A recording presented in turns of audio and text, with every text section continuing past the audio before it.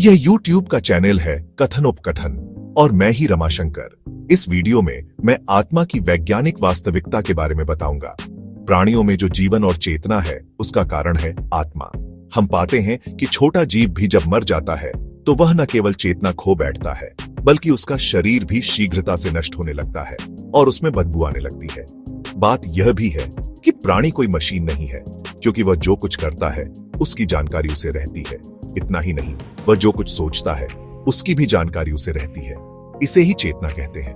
साथ ही उसमें बुद्धि भी होती है जिससे वह अपनी क्रिया प्रतिक्रिया एवं सोच को संचालित करता है।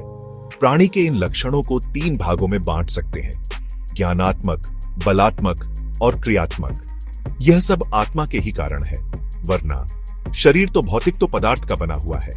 पदार्थ तो बाह्य बल के बिना स्थिर रहता है। प्राणी का शरीर जिस आंतरिक बल के कारण क्रियाशील होता है उस बल का कारण भी आत्मा ही है।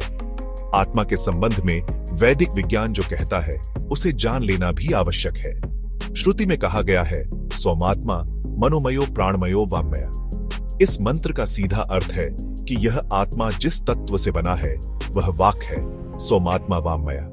तात्पर्य यह है कि आत्म वाक तत्व का मंडल है। इस मंडल के अंतर्गत एक तो मन की रोचना होती है और दूसरे प्राण की। जलतल में किसी कंकड़ के गिरने से वर्तुल लहर बनती है। पहली वर्तुल लहरी को प्रधान वर्तुल लहरी कहते हैं। आत्मा के मामले में मन का स्वरूप वाक्तल में उत्पन्न प्रधान वर्तुल लहरी की है। यह अविनाशी है।